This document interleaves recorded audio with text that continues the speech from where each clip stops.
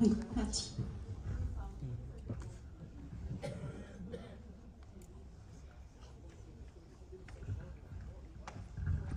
Mon point de vue, c'est de remercier Léna, qui ont été choisis. Bien sûr, je suppose c'est par rapport au montage et en intégrant les archives, mais je me disais, mais là, on est dans le crépuscule de quelque chose. Et ça, c'est magnifique. Et aussi sur la musique, qui n'est pas très présente, mais quand elle est présente, c'est assez fort. Alors la question que je me suis posée, c'est une question de détail toute bête. C'est pourquoi il n'y a pas plus de sonorité africaine. Et la troisième chose, c'est qu'à la fin du film, ou du documentaire, mais on ne sait plus si c'est un film ou un documentaire,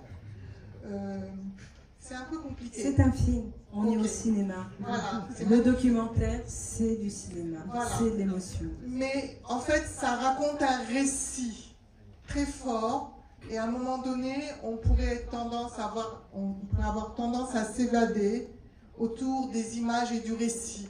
Et se décrocher quand même d'un savoir assez ardu.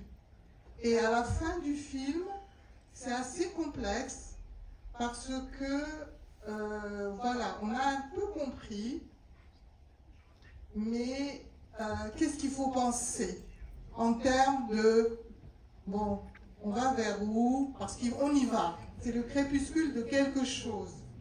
Mais on y va, c'est assez complexe. Comme quelqu'un l'a dit, excellent, hein, dans le film, cette approche holistique. Mais la transition ne va pas être simple. Et on a forcément un contexte qui a dépassé le vôtre, qui est le Mali, le Niger, le Burkina, la Centrafrique, qui est en fait une démarche différente de celle du Cap-Vert, de la Mauritanie, etc. Donc, ça laisse à penser, hein, ça c'est clair. Et on vous remercie, Léna, c'est magnifique. De ce franc CFA, il y a le tissage qui montre qu'effectivement, on travaille, qu'on n'est pas passif, en tout cas, ni insensible par rapport à cette question du franc CFA.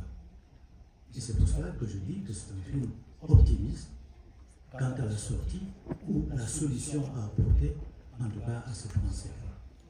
Ce que je retiens de ce film, c'est que c'est un dispositif. Nous avons effectivement l'histoire personnelle qui est inscrite dans la narration du franc CFA, mais surtout aussi que vous maintenez le film, le cinéma dans votre film, en nous montrant effectivement les coulisses sans nous montrer, de la fabrication d'un film. C'est intéressant à montrer. Ce qui m'amène à dire qu'il y a aujourd'hui tout un courant de déconstruction du narratif filmique que vous exercez, mais pas la seule, et c'est ainsi, je le remarque, en tout cas chez beaucoup de cinéastes qui déconstruisent la narration filmique. Ce n'est pas linéaire, c'est un point puzzle, mais en même temps on comprend tout. Et c'est ça votre apport, en tout cas, en ce moment, de travail sur le discours narratif de votre film. C'est un film très osé, puisque vous prenez des risques, en montrant que les archives sont des films d'archives, mais en nous montrant aussi les comportements même des films d'archives, avec leurs rayures, avec peut-être leur aspect inachevé, les coupures que vous faites. Et c'est ce tissage-là qui est intéressant, qu'il faut observer comme une nouvelle orientation de votre cinématographie. Ce film n'a rien à voir avec En attendant les hommes. Ce film n'a rien à voir avec le premier film sur les peintures murales de cette femme-là. Donc, c'est le cheminement que vous exercez dans votre filmage en vous appropriant effectivement d'un discours, puisque vous êtes conteuse, de compter ce franc CFA à votre manière. Merci en tout cas pour ce film et pour l'apport.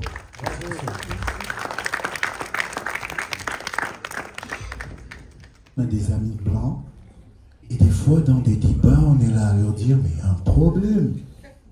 Moi des fois je paye des frais de visa à l'ambassade de France. Et quelquefois, on ne m'accorde pas le visa, on garde mon argent, on ne me le rembourse pas. Tous mes potes français, Maxi Chevillotte et sa famille, quand ils viennent me voir à Dakar, ils me racontent leur voyage dans le sud de l'Inde en moto et en Scandinavie. Et hier, ils étaient à Warang, ils étaient au fin fond du Mali. Ils voyagent partout dans le monde. La seule chose finalement qui serait peut-être la plus belle qu'on puisse avoir en partage dans une vie, voyager, voir les paysages de la vie, puisqu'au final, nous n'emportons rien. Toute la matière de la vie, en fait, au final, toutes ces choses pour lesquelles on bagarre, on se couche le soir juste avec une sensation.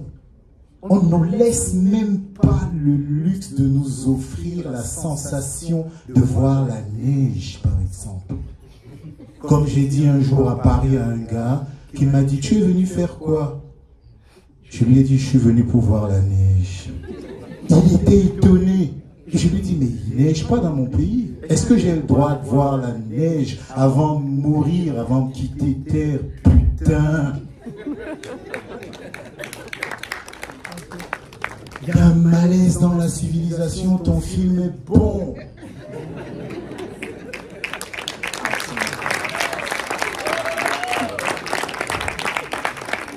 J'ai même le cœur qui bat très fort, j'ai comme une douleur ici, les gens ne se rendent pas compte des parents qui meurent plus tôt que normalement prévu. Des maladies incurables, on gère des fardeaux, tout le monde qui se plaint à longueur d'année. Seigneur, il faut des films comme ça pour qu'on prenne conscience, qu'on commence à réinventer une forme de justice, de justesse dans nos rapports. C'est comme si tu étais marié à une personne qui te fait du mal tous les jours et on te dit non, ça va, reste tranquille, ça va aller, c'est la civilisation. Les mots sont justes. D'ailleurs, j'ai écrit un post sur Facebook il n'y a même pas 2 jours, quand j'ai vu ton film, je me suis dit, mais attends, je ne suis pas fou. Parce que des fois, on se dit, mais on est fou, quoi. On parle autour de nous et les gens nous prennent pour des fous. C'est comme si on disait des choses qui n'existaient pas. J'étais sur Facebook il y a 2 jours. Attendez, je vais vous lire un petit extrait et puis ce sera tout. Je ne vais pas monopoliser la parole. Assez vite, oui, cher ami. Merci parce que nous avons d'autres. Oui, bon, on va faire ça plus tard peut-être. Mais merci, bravo les gars. J'espère que ce film va résonner, qui va donner envie à nos amis de France vraiment d'aller porter le message, que les choses bougent un peu dans le bon sens. On est bien, nous sommes la réussite faite chère. Tous autant que nous sommes ici, nous sommes la réussite faite chère. Un cœur qui bat dans la poitrine, des yeux qui font des millions d'opérations à la seconde. Nous sommes la réussite faite chère. Merci beaucoup. C'est peut-être clair. Voilà, ce qui nous anime surtout, nous documentaristes, c'est que on tombe sur une idée, on tombe sur un mot, on tombe sur une situation qui, à un moment donné, nous obsède suffisamment pour qu'on en fasse un film.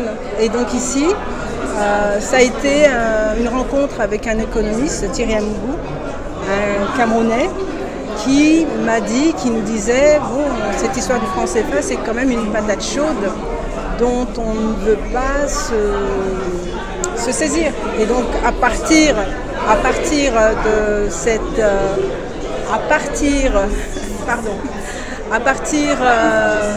de cet échange, j'ai développé le désir de faire un film. Et ça a été un travail de 7 longues années pour aboutir à ce documentaire qui est la somme d'une recherche au niveau des archives, au niveau de personnages, de protagonistes, qui précisément, eux, sont dans ce débat sur le franc CFA. Mais moi, ma démarche a été de les inviter à converser avec moi et à comprendre ce qu'était le franc CFA. Et donc, au-delà de cette histoire économique, financière, politique, il y a pour moi cet intérêt pour une question qui traverse vraiment la thématique et le film, c'est les héritages. Qu'est-ce qu'on décide de prendre avec soi ou de laisser, qu'on soit politique, qu'on soit simple citoyen, économiste, artiste, etc., etc. Donc il y a vraiment un travail d'écriture, de recherche, un travail artistique, un travail cinématographique pour précisément traduire ou en tout cas partager, déployer et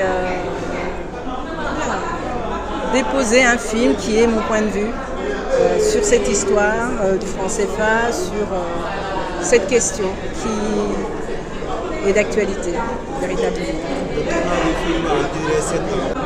Je ne suis pas journaliste, donc il a fallu faire un travail de recherche, lire tous ces auteurs et penser la forme. Donc ce n'est pas une accumulation de points de vue, ce n'est pas une accumulation d'entretiens, ce sont des conversations.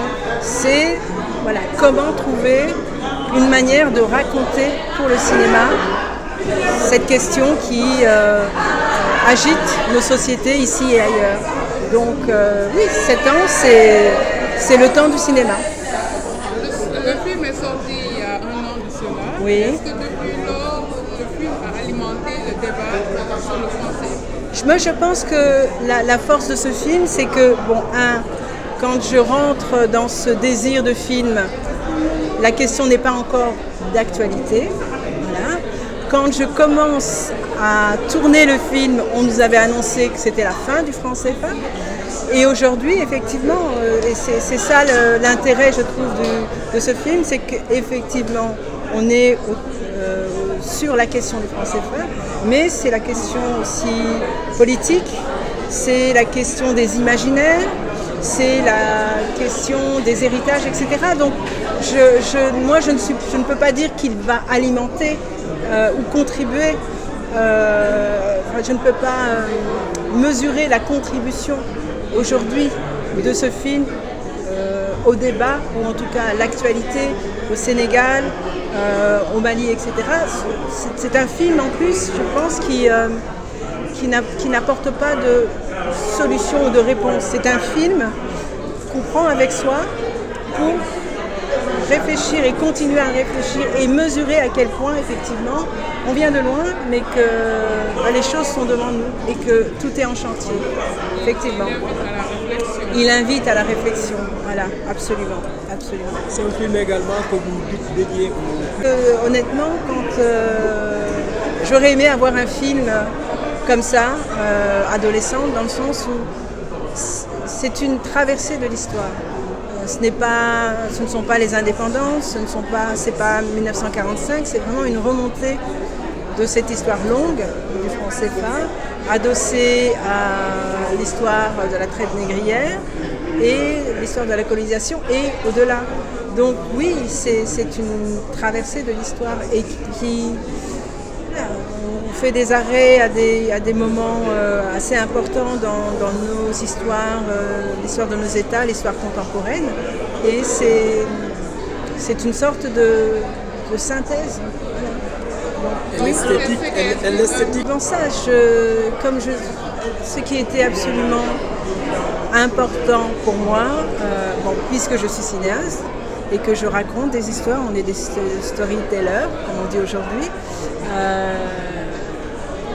Si j'avais fait un film qui compile des entretiens, pour ou contre, je pense que ça n'aurait pas été intéressant, dans le sens où il y a d'autres espaces pour ça. Et moi, mon travail, c'est effectivement comment est-ce que je trouve un chemin pour raconter cette histoire au plus près de l'individu, au plus près du citoyen, au plus près aussi de nos histoires collectives. Donc c'est effectivement la fable, un récit qui commence par les Nippon. C'est aussi une histoire intime où effectivement je fais des allers-retours entre c'était quoi, qu'est-ce que c'était la pièce de franc CFA quand j'étais gamine, et puis au lendemain des indépendances, et puis la dévaluation et puis l'euro, etc.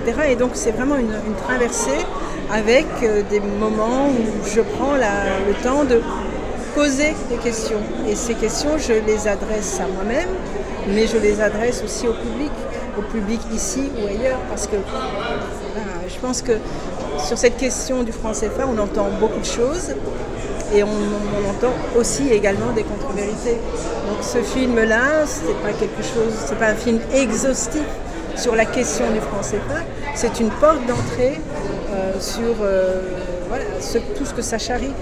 Et j'espère que en sortant de cette projection, le spectateur sort certainement avec des choses plus claires, mais aussi beaucoup de questions, d'autres questions.